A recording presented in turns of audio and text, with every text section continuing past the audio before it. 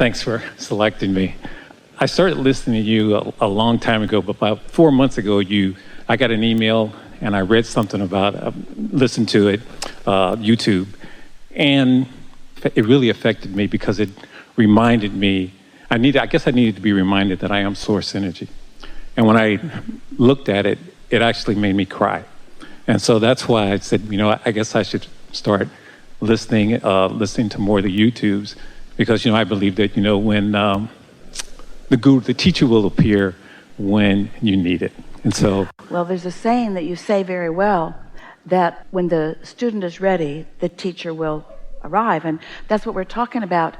Your readiness is that receiving mode, isn't it? Because the teacher or the answer or the source energy or whatever you want to call it is always expressing to you. The revelation is always being offered.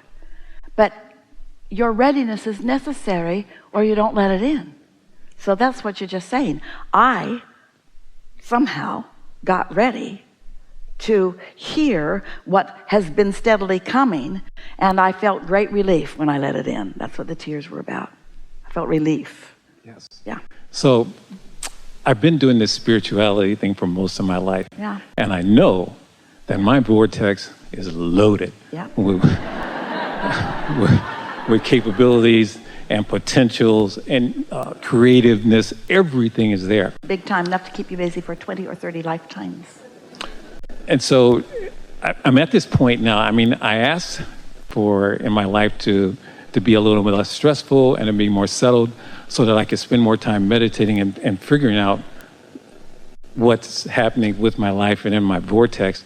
And so now that I have all of this stuff that's in there, and I know that it's fully loaded, that I want to know something pretty brilliant about what you're saying, because what you just said is, so now what I'm asking for is for myself to be in the receiving mode.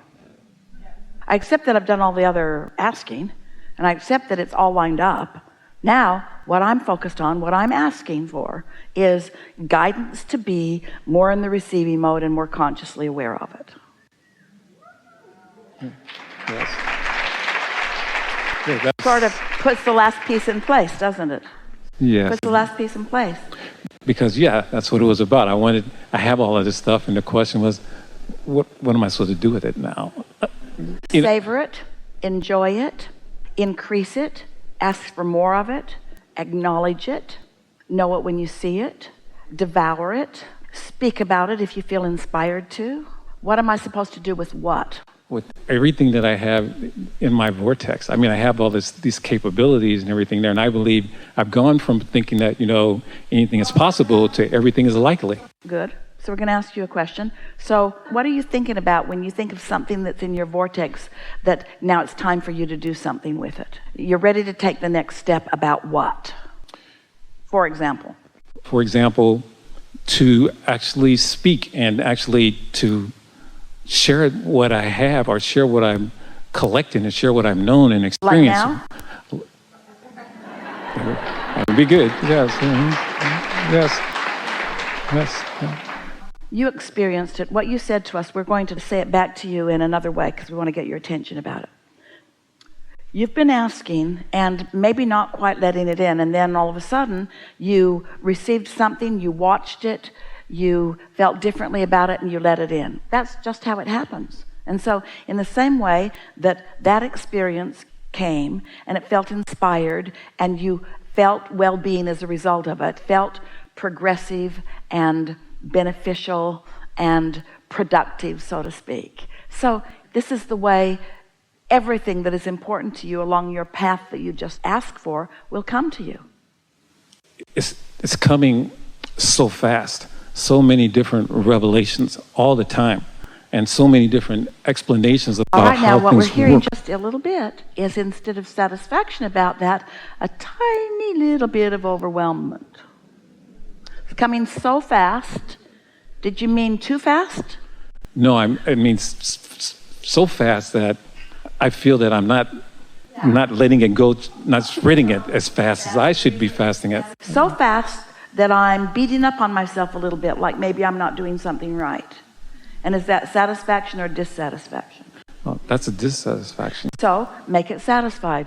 I'm getting a lot of it, and I'm following with some things, and I'm getting better and better at this, and I really know the difference between satisfaction and dissatisfaction, and I can slow this down enough to pay attention, and I don't need to make it all happen at once, because the universe is infinitely patient, because we all have eternity.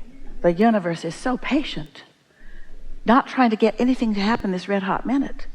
It's just all for our satisfaction. It's all for our acknowledging our ability to create and to co-create with source energy for the upliftment of all. And I think that's a part of, I think I was feeling a bit guilty because I have all of this stuff and I hadn't been spreading it or letting everyone else know that, hey, this is what the universe is about. And then I have it and I understand it. But you see, you teach through the clarity of your example. So when you radiate like that, we want to put a question to you. We'll probably answer it before we let you. But we want the question to be active in your mind so that this all unfolds in this meaningful way for you. Do you accept that your inner being is aware of you and flowing to you at all times? Yes. That the revelations are being offered. You just have to be the realizer of the revelations. Yes. In other words, that makes sense to you. Yes. And do you believe that everyone else has an inner being who's doing the same thing? Yes. So if they've got source energy focused upon them and flowing to them and they're not getting it, why are you trying to take responsibility? Do you really think that you should be able to get out there and thank you for the hard work, do it in a way that they're not getting it from their own inner being? Or do you think that you can live through the clarity of your example, the abundance that you are figuring out how to let into your experience, the abundance of all things, clarity and intuition and stability and great timing and living happily ever after, and through the beautiful clarity of your example, that others may gravitate to you and catch on just by acknowledging what you're doing? Yeah, I believe that. Sure. Yeah. Mm-hmm. So is there any deficiency on your part? Or do you want to step forward and say it in a way that they can hear it from you when they're not hearing it from their inner being? No. So that somebody will thank you for the hard work.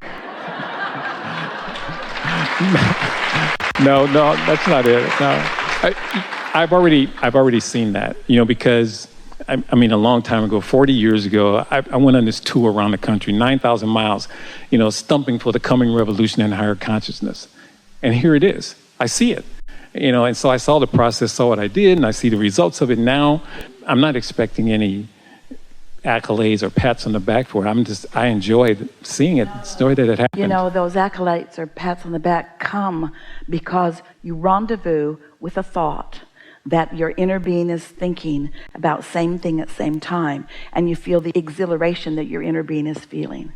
Positive emotion from satisfaction all the way to that ecstasy, that is the accolade that comes, because that's what your inner being is revealing to you. And when you meet up with that and find that vibrational mutuality, and then you feel that feeling of yes, that feeling of progressiveness, that feeling of all is well-ness, that feeling of right place, right time, that's what that is.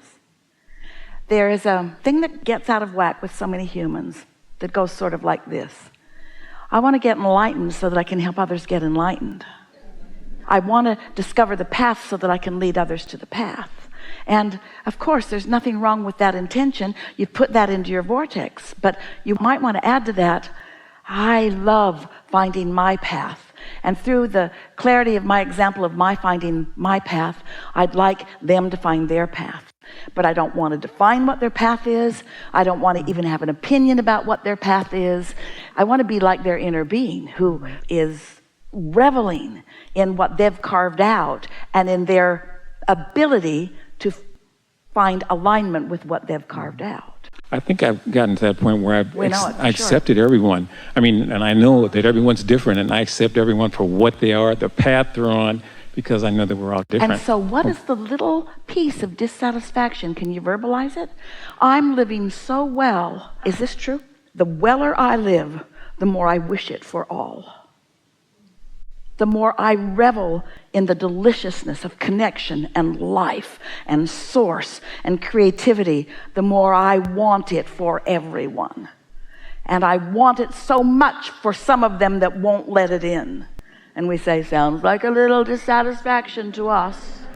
You're not really mimicking their inner being, because you know what? Your inner being never wants something for you that you're not letting in, so much that your inner being feels even the slightest twinge of dissatisfaction.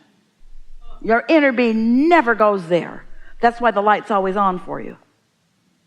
So why would you go there for others who haven't found their way? Their own inner being won't do it. Let's think about mutuality. So let's say someone is struggling and suffering in whatever way, and their inner being is here, and you're here with your inner being, and you notice them struggling and suffering, but you're so under the influence of your inner being that they don't look like they're struggling and suffering. They look like they're asking, and you know it'll be given. They look like they're in the process of evolution, and you know that's a wonderful thing. They look like the contrast is serving them, and you like that, just like their inner being. But let's say, for whatever reason, you listen extra carefully to their plea for relief, and you hear their suffering, and you get focused on it. So in your attention to their suffering, you hear them, and you're there for them. But now you don't have anything to give them. You've achieved mutuality with them, and you can commiserate with them, but you can't uplift them, can't really help them. Now, you might just be having a step one moment, and you might bounce right back. But the important thing is that you are aware of when you're in your power, that you are aware of when you are under the influence. And when you let yourself determine neediness in another, you're focused with them on their problem, not with them on their solution. And that's why it doesn't feel good, because you're out there on the raw and ragged edge without the resources of replenishment and clarity and good timing that you have when you're in concert with your inner being. We know it makes sense. We know you live it all the time. Want to say it in another way, and we'll say it in another way? No, I heard it before about, the difference when you just talked to the previous gentleman about suffering in the world and knowing the difference between sympathy and compassion. And I think that I am compassionate, but I think sometimes I fall down or lower myself to the sympathy part where I'm commiserating and not in the compassionate mode. We think you're doing extremely well, and sometimes you and lots of others fall into this place, and we think it was so appropriate that Esther saw that sign on that whiteboard. So you fall into that place where you feel guilty that you're not doing the hard work. Alignment is easy work. Loving is easy. It's hating that's hard. Good timing is easy. It's being off in your timing that's hard. Ease and flow is easy. It's struggle that's hard. So sometimes you see others struggling and you feel guilty because you're not struggling, because that's kind of the way your world has been operating. We need hard workers, so we got to praise them when they work hard and give them some sort of satisfaction when they work hard, give them some sort of mark on some chart for working hard and suffering. And we want to say, but their inner beings are not doing that. You want to mimic their inner beings. Yeah? Okay. Got it. That's the piece for you. Yes. Stop feeling guilty about doing so good.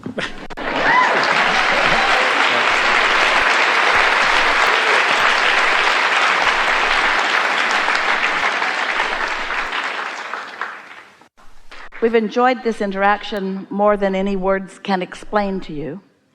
But since you've been in the vortex and in the vicinity of the vortex with us, you've had the feeling of a lot of this. We've had so much fun and so much clarity together, and collectively have taken thought beyond that which it has ever been before. And your vantage point of life is forever altered. Your ratio of alignment has shifted. Your point of attraction has shifted significantly because of your vibrational and physical senses observation about what's been going on here. There's no homework, and there's nothing that we're asking you to do so differently than what you've been doing, other than caring more about your personal satisfaction. And that's the key that we promise you with everything that we are, and we are everything, will lead you to everything that is in your vortex. You are magnificent creators. We have never seen a more magnificent collection of vortexual material than that which you have shined a spotlight on here today.